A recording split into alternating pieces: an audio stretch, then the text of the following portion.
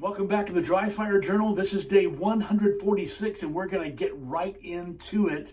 This is a barrel block. If you don't have one, go get yourself one. It's the best tool to use for dry fire, in my opinion. I love it, and you can get a discount on it when you enter a code REDHAWK at checkout. We're going to talk today about one-handed work with our handgun, and this is a technique that I first learned from a guy named Neil Widener at Active Self-Protection, and then learned it also from Brian Hill with the Complete Combatant. And then along the way, I've heard a lot of other people use it.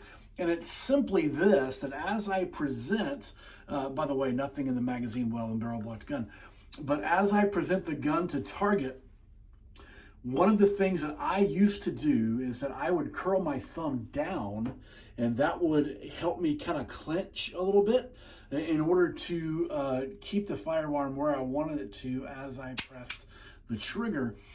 And this technique is simply putting your thumb up.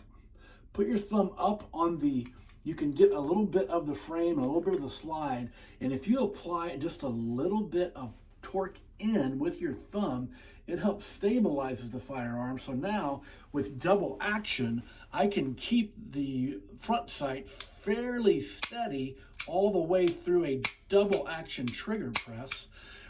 And if I rack the slide and have the trigger the way it would be coming out of the holster, it looks more like this.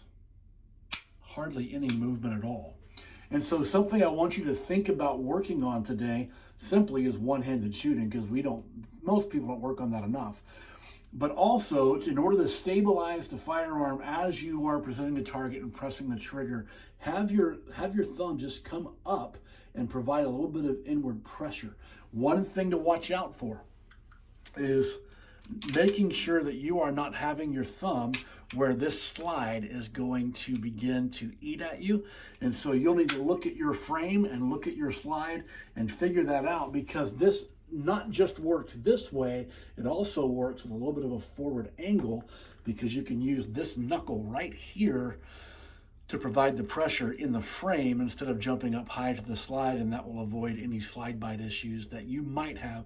So check that out on your own firearm. Try this out in dry fire, then try it out in live fire. I think you'll be pleasantly surprised at how it works for you. So give this some work, and I'll see you tomorrow.